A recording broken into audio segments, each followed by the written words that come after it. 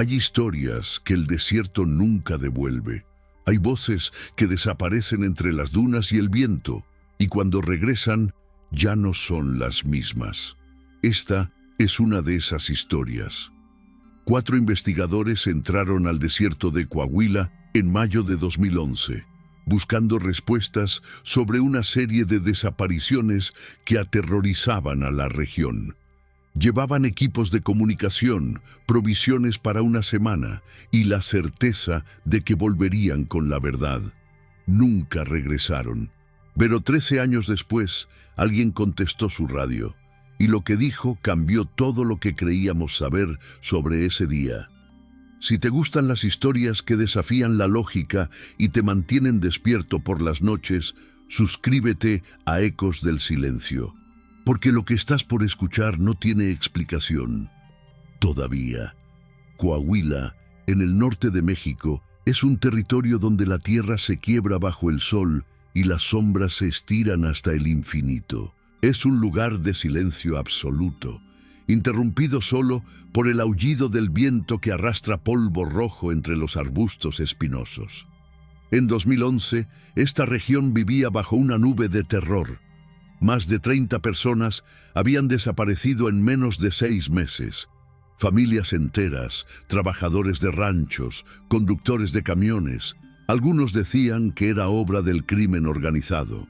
Otros susurraban sobre algo más antiguo, algo que habitaba el desierto desde tiempos inmemoriales. Las autoridades locales estaban desbordadas y la desconfianza hacia la policía crecía cada día. Fue entonces cuando un grupo de investigadores privados decidió tomar cartas en el asunto. El equipo estaba compuesto por 4 personas. Roberto Mendoza, de 43 años, era un exagente federal con 20 años de experiencia en casos de personas desaparecidas. Tenía una reputación impecable y una obsesión personal. Su hermano menor había desaparecido en circunstancias similares 5 años atrás. Roberto era metódico, serio, casi obsesivo en su trabajo.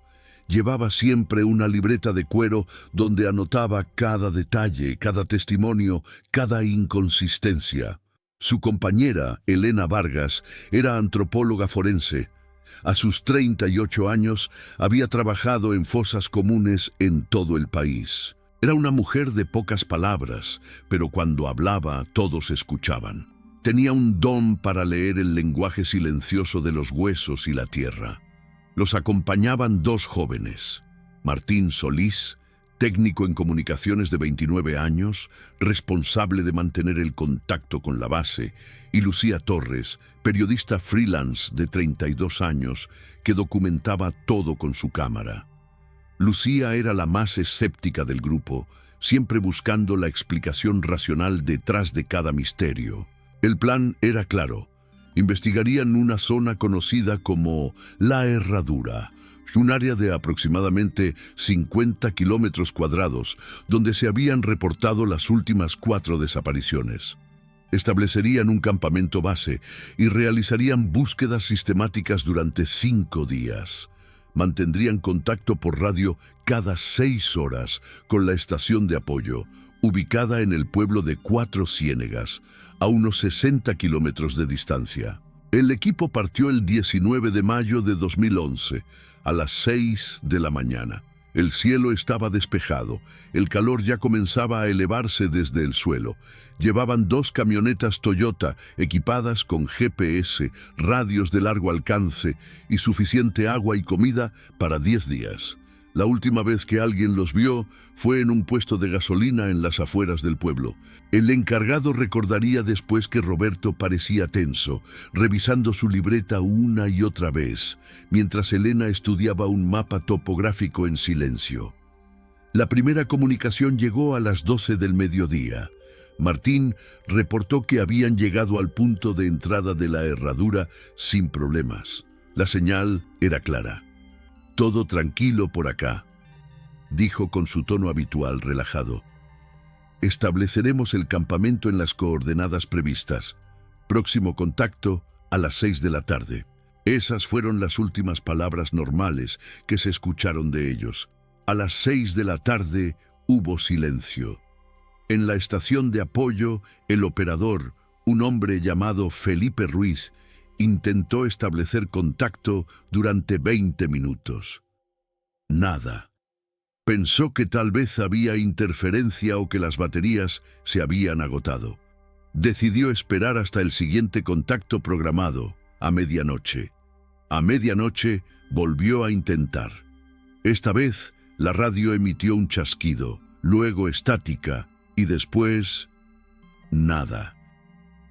Felipe comenzó a preocuparse, pero siguió el protocolo. Esperaría hasta las 6 de la mañana. Si no había respuesta, entonces activaría la alerta. A las 6 de la mañana del 20 de mayo, Felipe llamó por radio. Estática. Llamó de nuevo, más estática. Y entonces, justo cuando estaba por desconectar, escuchó algo. Una voz. Pero no era Martín. Era una voz rasposa, distante, como si viniera desde muy lejos. «Estamos aquí», dijo la voz. Felipe sintió un escalofrío. «Roberto, Elena, identifíquense», respondió. Hubo una pausa larga, demasiado larga. Luego la voz dijo, «No podemos volver». Y la radio se cortó. Felipe intentó reconectar durante horas. Nada. Activó la alerta de emergencia. Para el mediodía, las autoridades ya habían organizado un equipo de búsqueda. 3 patrullas de la policía estatal y un helicóptero partieron hacia la herradura. Lo que encontraron dejó más preguntas que respuestas. Las 2 camionetas estaban abandonadas, a apenas 5 kilómetros del punto de entrada. Estaban perfectamente estacionadas, una junto a la otra, como si alguien hubiera tenido tiempo de organizarlas con cuidado. Las puertas estaban cerradas pero sin seguro. Dentro todo el equipo estaba intacto. Mochilas, provisiones, cámaras, GPS, todo excepto las radios personales. Esas habían desaparecido. No había señales de violencia, ni forcejeo, ni sangre, pero había algo más. Junto a la camioneta de Roberto encontraron su libreta de cuero. Estaba abierta en una página específica, sostenida por una piedra para que no se la llevara el viento. En esa página, escrito con su letra meticulosa, había una sola frase: «No confíen en las voces». El helicóptero sobrevoló el área durante 3 horas. No encontraron rastros de los investigadores, ninguna huella, ningún indicio de hacia dónde habían ido. Era como si se hubieran desvanecido en el aire. Las búsquedas continuaron durante 2 semanas. Más de 50 efectivos peinaron la herradura. Encontraron algunos objetos personales dispersos. Una gorra de Martín a 2 kilómetros de las camionetas. Una pulsera de Lucía a 4 kilómetros en dirección opuesta. Pero nada más. El caso fue clasificado como desaparición por causas desconocidas y eventualmente archivado.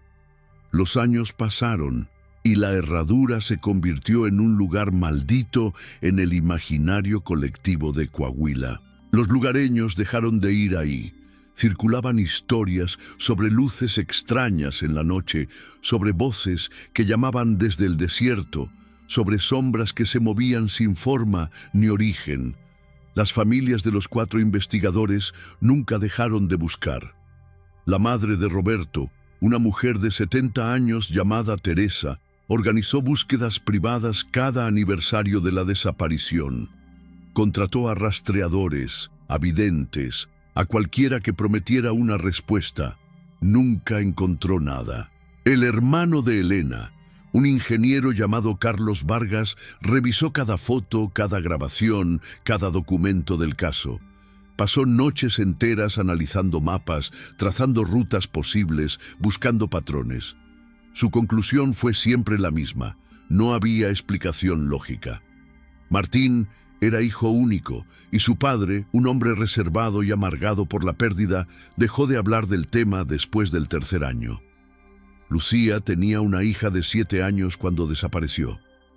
La niña, que ahora es una joven de 20, creció con la ausencia como una sombra permanente. Pero en abril de 2024, algo cambió. Un grupo de geólogos de la Universidad Autónoma de Coahuila estaba realizando un estudio de suelos en una zona cercana a la herradura. Necesitaban establecer comunicación con su base y uno de los estudiantes, un joven llamado David Ortega, llevaba un equipo de radio de última generación. Estaban configurando las frecuencias cuando David captó algo inusual. Una señal débil pero constante en una frecuencia que técnicamente no debería tener actividad. Era una frecuencia antigua, de las que se usaban hace más de una década. David, curioso por naturaleza, sintonizó esa frecuencia. Durante un rato solo hubo estática. Luego, como surgiendo desde las profundidades del desierto, escuchó una voz. ¿Hay alguien ahí?, preguntó la voz. Era una voz masculina, cansada, con un dejo de desesperación. David respondió sin pensar. Sí, te escucho. ¿Quién eres? Hubo una pausa. Luego la voz dijo, soy Martín Solís. Por favor, necesitamos ayuda. David sintió que su corazón se detenía. El joven geólogo conocía la historia. Todo el mundo en Coahuila conocía la historia de los 4 investigadores desaparecidos. Intentó mantener la calma. ¿Dónde estás, Martín? ¿Puedes darnos tu ubicación? La voz respondió con lentitud, como si cada palabra requiriera un esfuerzo monumental. No lo sé. Todo se ve igual. Arena y rocas. Hemos estado caminando. No sé cuánto tiempo. Los otros están conmigo. Roberto, Elena, Lucía, están cansados, tan cansados. David hizo señas frenéticas a su supervisor, el doctor Ramírez, quien se acercó corriendo. Pregúntale algo que solo el verdadero Martín sabría, susurró Ramírez. David pensó rápidamente. Había leído los informes del caso. Martín, ¿qué llevabas en tu mochila el día que entraron a la herradura? Hubo otra pausa, más larga esta vez. Luego la voz enumeró: radio de respaldo, baterías, una brújula de mi abuelo, 3 barras energéticas, una foto de mi novia Andrea. David y Ramírez se miraron. Esos detalles coincidían con el inventario oficial. ¿Cómo es posible?, murmuró Ramírez. Durante los siguientes 40 minutos, David intentó mantener la comunicación, pero la señal era intermitente, cortándose cada pocos minutos. Martín, si realmente era él, parecía confundido. Hablaba de caminar sin parar, de un sol que nunca se ponía, de sombras que los seguían. Encontramos algo, dijo en un momento, una estructura, algo viejo. No debería estar aquí. Cuando David le pidió que describiera la estructura, la señal se cortó abruptamente. Intentaron reconectar durante horas. Nada. El doctor Ramírez tomó una decisión. Contactaron a las autoridades de inmediato. Para la noche, el caso había sido reabierto oficialmente. La noticia se filtró a los medios en cuestión de días, y la historia explotó en todo el país. Las familias de los desaparecidos fueron notificadas. Teresa, la madre de Roberto, lloró durante horas al escuchar la grabación que David había hecho de la comunicación. Es él, decía entre sollozos. Conozco su voz, es mi hijo. Las autoridades organizaron una nueva expedición a la herradura, esta vez con tecnología mucho más avanzada. Drones con cámaras térmicas, equipos de rastreo satelital, perros especializados. El equipo estaba liderado por la capitana Sandra Morales, una oficial con experiencia en búsqueda y rescate.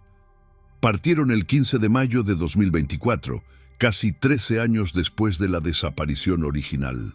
Llevaban consigo a David Ortega, quien tenía el equipo de radio con el que había establecido contacto. La esperanza era poder reconectar con la señal si estaban en la zona correcta. Durante los primeros 2 días, no encontraron nada fuera de lo común. El paisaje era exactamente como lo describían los informes: desolado, seco, silencioso. Pero en la tarde del tercer día, uno de los drones captó algo. A unos 15 kilómetros al noroeste de donde habían encontrado las camionetas en 2011, había una formación rocosa que no aparecía en ningún mapa. Era una especie de cañón estrecho, oculto entre elevaciones del terreno. Desde el aire era casi invisible. Desde tierra, más aún. El equipo se dirigió hacia esa ubicación. Les tomó 4 horas de caminata llegar hasta allí. A medida que se acercaban, David comenzó a sentir una extraña incomodidad. El aire parecía más denso, el silencio más profundo. Cuando entraron al cañón, el GPS comenzó a fallar. Las brújulas giraban sin rumbo fijo. Los perros se negaban a avanzar, aullando y retrocediendo. «Algo no está bien aquí», murmuró uno de los técnicos. La capitana Morales ordenó continuar con precaución. El cañón se estrechaba a medida que avanzaban hasta que apenas cabían de uno en uno. Las paredes de roca eran oscuras, casi negras, y estaban cubiertas de extrañas marcas. No eran grafitis ni pinturas rupestres conocidas. Eran símbolos geométricos, repetitivos, que parecían vibrar bajo la luz del sol poniente, y entonces lo vieron. Al final del cañón había una apertura, una cueva, pero no era natural. La entrada estaba demasiado simétrica, demasiado perfecta. Alguien o algo la había tallado en la roca. La capitana Morales encendió su linterna y dio un paso hacia la entrada. En ese momento, la radio de David cobró vida, estática fuerte, ensordecedora, y luego esa voz: «No entren». La voz sonaba diferente ahora, más urgente, casi aterrada. «Por favor, no entren, no es seguro». David respondió con la voz temblorosa: «Martín, ¿eres tú? ¿Dónde estás?» La respuesta fue inmediata: «Estamos dentro, pero no somos nosotros, ya no». La radio se llenó de interferencia y entre la estática el equipo pudo escuchar algo más. Otras voces, muchas voces, susurrando, gritando, rogando. Era un coro de desesperación que helaba la sangre. La capitana Morales levantó la mano ordenando al equipo detenerse. «Nadie entra hasta que sepamos qué hay ahí dentro», dijo con voz firme. Establecieron un perímetro y montaron un campamento temporal a unos 100 metros de la entrada de la cueva. Esa noche ninguno durmió. Las radios seguían emitiendo sonidos extraños, voces que aparecían y desaparecían, y desde la cueva podían ver un resplandor tenue, pulsante, como si algo estuviera respirando en su interior. Al amanecer del 4.º día, la capitana Morales tomó la decisión de enviar un dron equipado con cámara al interior de la cueva. Era la opción más segura para evaluar qué había dentro sin arriesgar vidas humanas. El técnico de drones, un hombre llamado Javier Ponce, configuró el dispositivo con luces LED de alta potencia y un sistema de grabación continua. A las 7 de la mañana, el dron ingresó a la cueva. Las primeras imágenes que transmitió eran desconcertantes. El interior era mucho más grande de lo que aparentaba desde fuera. Era un espacio cavernoso, con el techo a unos 10 metros de altura. Las paredes estaban cubiertas de los mismos símbolos geométricos que habían visto en el cañón, pero aquí eran más elaborados, más complejos, y brillaban. No era un reflejo de la luz del dron, era un brillo propio, tenue pero constante, como si las paredes mismas emitieran luz. El dron avanzó más profundamente. El túnel descendía en espiral, como si se adentrara en las entrañas de la Tierra. A los 5 minutos de exploración, el dron llegó a una cámara más amplia, y allí, en el centro, había algo que dejó a todos sin aliento. Eran mochilas, 4 mochilas, dispuestas en círculo perfecto, el equipo de la expedición original. La cámara del dron se acercó. Las mochilas estaban abiertas, su contenido esparcido de manera meticulosa, casi ceremonial. Alrededor de ellas, en el suelo de piedra, había objetos personales: la brújula del abuelo de Martín, la cámara de Lucía, las herramientas de Elena, la libreta de Roberto. Pero lo más perturbador era que sobre cada objeto había sido colocada una piedra pequeña, como marcadores en un cementerio. Javier dirigió el dron para hacer un barrido completo de la cámara. En las paredes había más que símbolos, había palabras, frases escritas en español, en lo que parecía ser carbón o sangre seca. No hay salida. El tiempo no pasa aquí. Nos están observando. No somos nosotros. El dron continuó explorando. Más allá de la cámara de los objetos, el túnel se dividía en múltiples ramificaciones. Javier eligió seguir el túnel principal, el más amplio. La temperatura comenzó a bajar drásticamente y el sistema del dron detectó niveles anormales de humedad. No tenía sentido, estaban en medio del desierto. El túnel se abría a otra cámara, esta aún más grande, y en esta había estructuras, construcciones de piedra, columnas, escalinatas que no llevaban a ninguna parte. Parecía una ciudad antigua, o el esqueleto de una, pero la arquitectura era extraña, imposible, ángulos que desafiaban la geometría, espacios que parecían más grandes de lo que el espacio físico permitía. El dron captó movimiento. Algo se desplazaba entre las sombras. Javier intentó enfocar, pero la cámara se llenó de interferencia. Cuando la imagen se estabilizó, lo que vieron los dejó helados. Era una figura humana, o algo que alguna vez fue humano. Estaba de espaldas, inmóvil, en el centro de la cámara. Vestía lo que parecían ser los restos de ropa moderna, jeans y una camiseta destrozada. Javier hizo que el dron se acercara lentamente. La figura no reaccionó. Desde el campamento, el equipo observaba las imágenes en tiempo real en una laptop. La capitana Morales sentía que cada segundo se estiraba eternamente.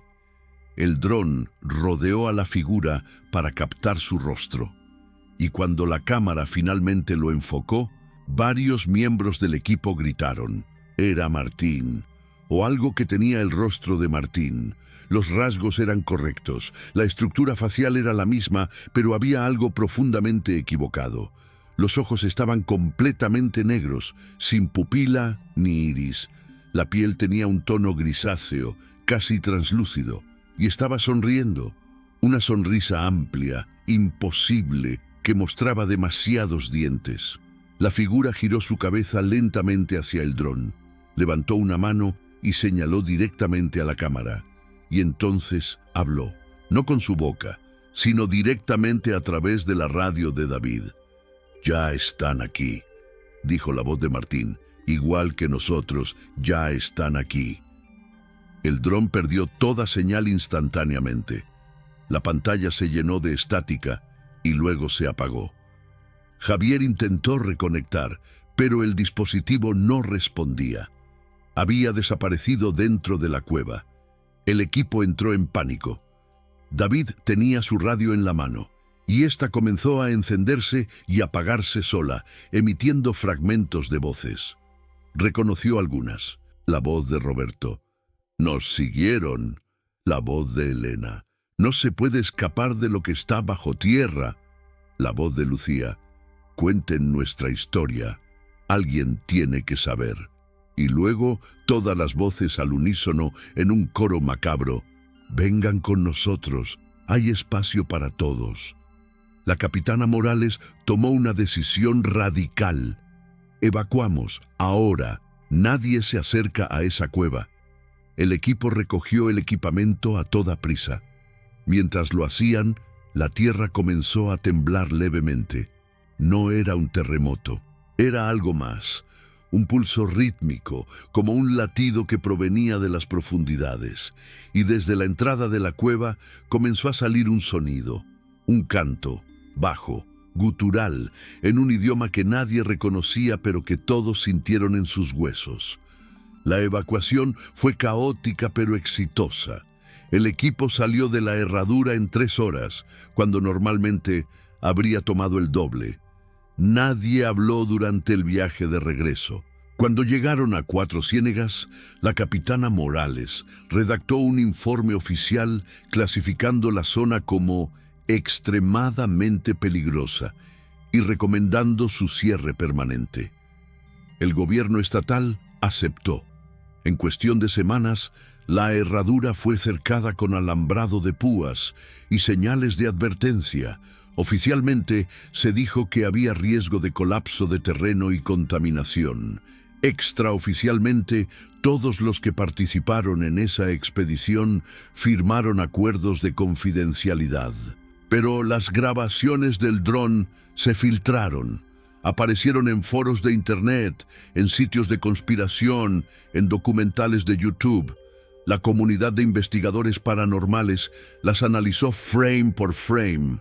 Algunos decían que era un montaje elaborado. Otros afirmaban que era la evidencia definitiva de algo más allá de nuestra comprensión.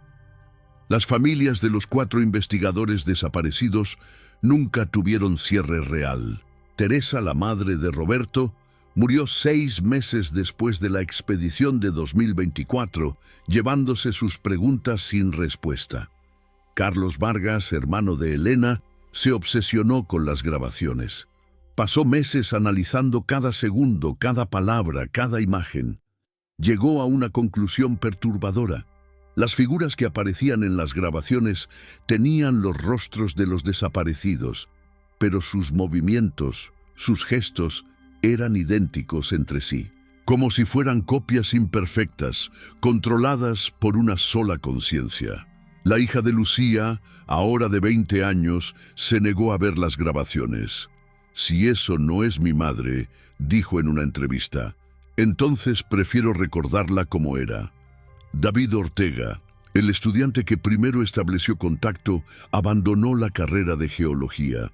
Ahora estudia antropología, enfocándose en culturas antiguas y sus creencias sobre el inframundo.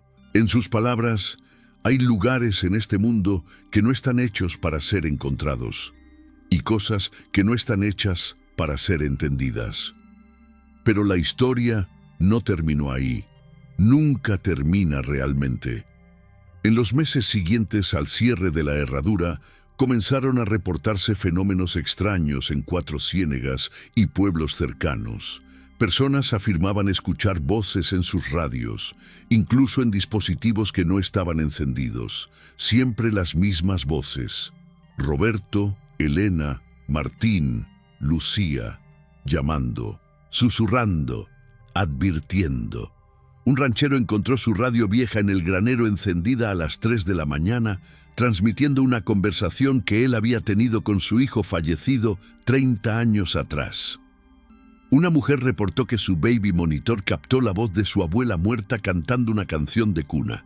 No eran eventos aislados, eran decenas. Las autoridades locales intentaron racionalizar los reportes como histeria colectiva, pero los testimonios eran demasiado específicos, demasiado consistentes. Algo había cambiado en esa región desde que se abrió la cueva. Un investigador independiente, un hombre llamado Ernesto Beltrán, decidió hacer su propia exploración. Ernesto era un documentalista de 52 años, conocido por su trabajo sobre fenómenos inexplicables en México. Había cubierto apariciones marianas, ovnis en Puebla, casas embrujadas en Guanajuato. Pero esto era diferente. Esto tenía un peso que él no había sentido antes. Ernesto pasó 3 meses recopilando testimonios, analizando las grabaciones filtradas y estudiando la historia geológica y antropológica de la región. Descubrió algo que las autoridades habían pasado por alto. La zona de la herradura había sido considerada sagrada por varias culturas prehispánicas. Los antiguos habitantes de la región la llamaban la boca del inframundo. Según las leyendas, era un lugar donde los límites entre el mundo de los vivos y el de los muertos se difuminaban, donde las almas perdidas vagaban eternamente y donde quienes entraban nunca salían siendo los mismos. Ernesto contactó a un anciano de la comunidad indígena local. un hombre de 87 años llamado Don Esteban. Don Esteban había vivido toda su vida cerca de la herradura, pero nunca se acercó a ella. «Mi abuelo me lo advirtió», dijo el anciano mientras fumaba un cigarrillo hecho a mano. «Me dijo que bajo esas rocas hay algo viejo, más viejo que los españoles, más viejo que los aztecas, más viejo que cualquier cosa que conozcamos, algo que espera y se alimenta de los que entran». Cuando Ernesto le preguntó de qué se alimentaba, don Esteban lo miró con ojos cansados y respondió: «De identidad, de lo que te hace ser tú. Por eso los que salen no son los mismos, son cáscaras vacías con caras prestadas». Ernesto sintió un escalofrío recorrer su espalda. Esas palabras resonaban con lo que había visto en las grabaciones. Las figuras con rostros familiares pero movimientos sincronizados, copias imperfectas. Con esta nueva información, Ernesto escribió y publicó un libro titulado Las voces de la herradura, el misterio que México no quiere resolver. El libro se convirtió en un bestseller controversial. El gobierno lo desestimó como sensacionalismo. Los escépticos lo ridiculizaron en redes sociales. Pero quienes habían estado allí, quienes habían escuchado las voces, sabían que había algo de verdad en cada palabra. David Ortega escribió el prólogo del libro en el que admitía: «No sé qué vive en esa cueva. No sé si son los investigadores desaparecidos o algo que tomó su forma, pero sé que está ahí y sé que quiere más». El libro incluía transcripciones completas de todas las comunicaciones por radio, análisis de las grabaciones del dron y testimonios de más de 50 personas que habían experimentado fenómenos relacionados. En uno de los capítulos más perturbadores, Ernesto presentaba una teoría: que la cueva no era solo una estructura física, sino una especie de trampa dimensional. Un lugar donde el tiempo funcionaba diferente, donde la realidad se doblaba sobre sí misma. Eso explicaría por qué los investigadores hablaban como si hubieran estado allí solo días, cuando en realidad habían pasado 13 años. En diciembre de 2024, 8 meses después de la expedición fallida, la capitana Sandra Morales rompió su silencio. En una entrevista exclusiva para un programa de investigación periodística, admitió: «Lo que vimos allí no puede explicarse con ciencia convencional. He participado en cientos de operaciones de búsqueda y rescate.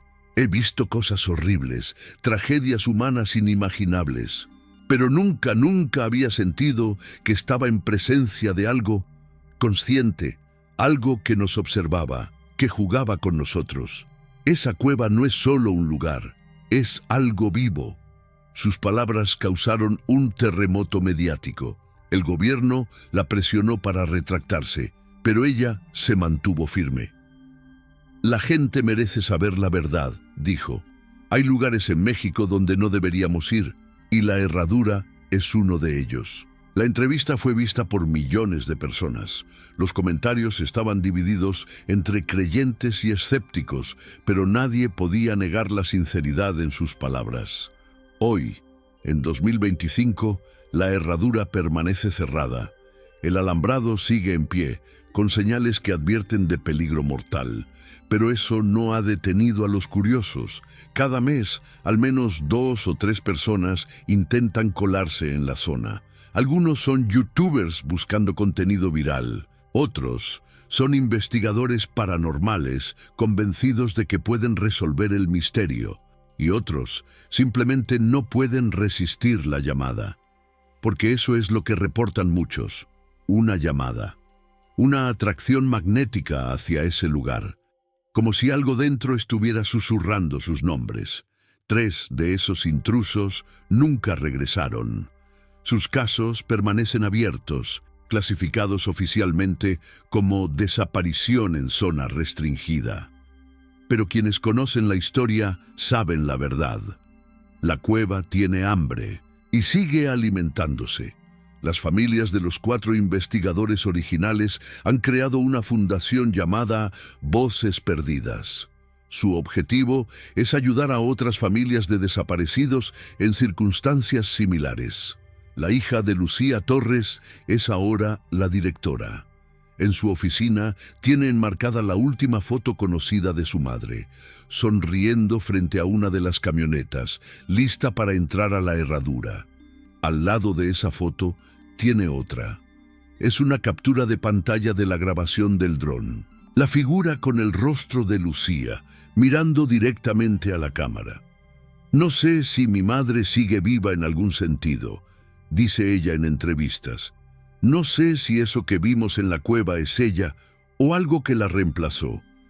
Pero sé que su historia no puede morir, porque si olvidamos, si dejamos que esto se entierre en archivos clasificados y acuerdos de confidencialidad, entonces realmente la habremos perdido para siempre. Sus palabras resuenan con miles de personas que han experimentado pérdidas similares. Personas cuyos seres queridos desaparecieron sin explicación, sin cierre, sin respuestas. Los investigadores científicos continúan debatiendo.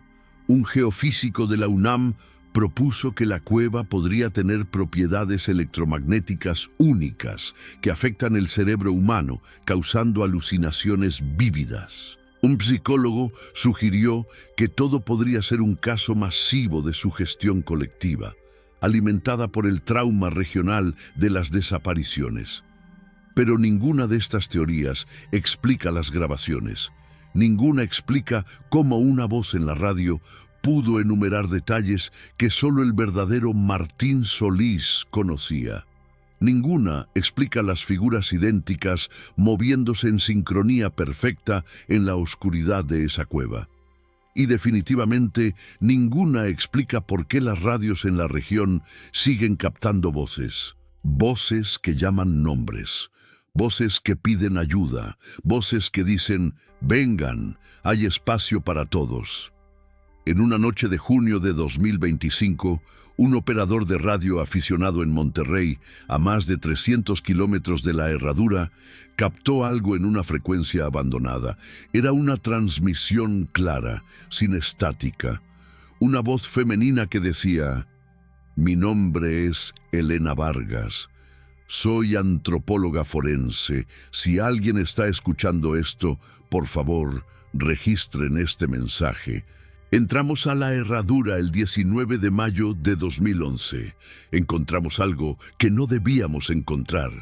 Algo que nos encontró primero. No somos prisioneros, somos semillas y estamos creciendo. Pronto habrá más de nosotros, muchos más. La transmisión se cortó. El operador intentó reconectar, pero la frecuencia quedó en silencio absoluto. Reportó el incidente a las autoridades. Su reporte fue archivado sin investigación. Pero la grabación existe, circula en Internet, y cada persona que la escucha siente lo mismo. Un frío que no viene del exterior, sino de algún lugar profundo dentro de ellos. Un reconocimiento primitivo de que hay cosas en este mundo que están más allá de nuestra comprensión, y que algunas de esas cosas están esperando. Ernesto Beltrán, el documentalista, murió en enero de 2025, oficialmente de un ataque cardíaco. Pero quienes lo conocían dijeron que en sus últimas semanas estaba obsesionado con volver a la herradura.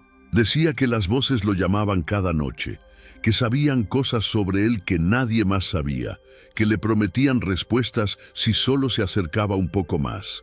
Su última entrada en su diario, encontrada después de su muerte, decía, «Ya no puedo distinguir cuáles son mis pensamientos y cuáles vienen de otro lugar. Siento que parte de mí ya está allí, esperándome. Tal vez siempre lo estuvo. Tal vez todos tenemos una parte de nosotros en ese lugar y solo algunos somos lo suficientemente desafortunados para darnos cuenta». Sus palabras finales eran escalofriantes. «Si estás leyendo esto, no vayas, pero sé que si tienes que ir, nada de lo que yo diga te detendrá. Así es como funciona, así es como siempre ha funcionado». Don Esteban El anciano indígena que había advertido sobre la herradura también falleció, apenas 2 semanas después de Ernesto. Tenía 87 años, así que su muerte no fue una sorpresa, pero lo que dijo en su lecho de muerte lo fue. Su nieta estuvo con él en sus últimos momentos.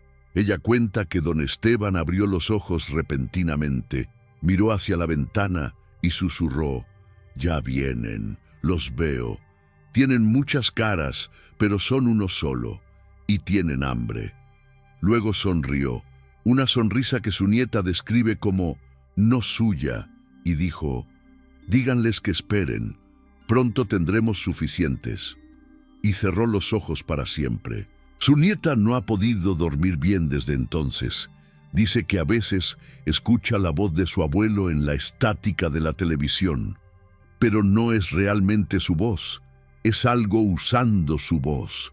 Los reportes continúan llegando. Una familia en Saltillo encontró mensajes escritos con polvo en el espejo de su baño. «Estamos aquí».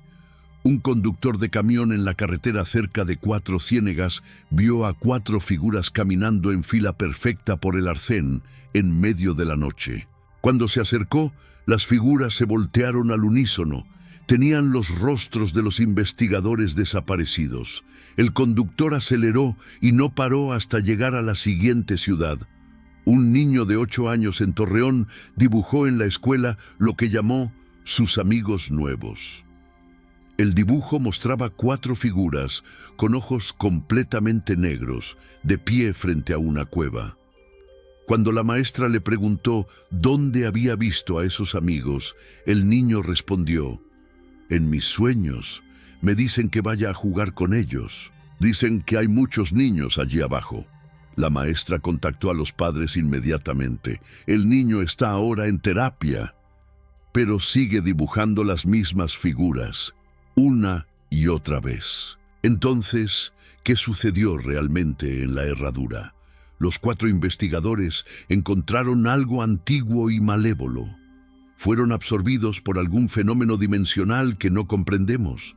¿O siguen ahí, atrapados en un loop temporal, reviviendo el mismo día una y otra vez, mientras algo usa sus identidades como señuelo? No hay respuestas definitivas, solo preguntas que se multiplican cada día, solo voces que no dejan de llamar, solo una cueva en medio del desierto que nadie se atreve a explorar completamente, pero que nadie puede olvidar.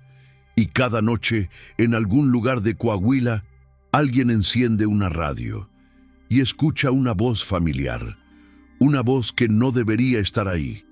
Una voz que dice: «Ven, estamos esperando, siempre hemos estado esperando». ¿Tú qué crees? ¿Los investigadores siguen vivos en algún sentido? ¿O lo que habla con sus voces es algo completamente diferente? Es posible que haya lugares en este mundo que funcionan como puertas a algo más allá de nuestra realidad. Si has experimentado algo similar, si has escuchado voces donde no debería haberlas, si sientes esa llamada inexplicable hacia lugares que sabes que son peligrosos, déjanos tu historia en los comentarios. Tal vez juntos podamos encontrar un patrón. Tal vez juntos podamos entender qué es lo que realmente sucede en la herradura. O tal vez es mejor dejar algunas cosas sin entender. Algunas puertas sin abrir, algunas llamadas sin responder. Si esta historia te ha mantenido despierto, si te ha hecho cuestionar qué es real y qué no lo es, suscríbete a Ecos del Silencio, porque hay más historias como esta, historias que México prefiere olvidar, historias que nosotros nos negamos a enterrar. Activa las notificaciones, porque si algún día alguien logra entrar nuevamente a esa cueva y salir con respuestas, serás el primero en saberlo. Aunque, siendo honestos, nadie sabe si quienes entran realmente salen, o si lo que sale es algo diferente, usando una cara familiar. Hasta la próxima, o tal vez hasta que las voces también te llamen a ti.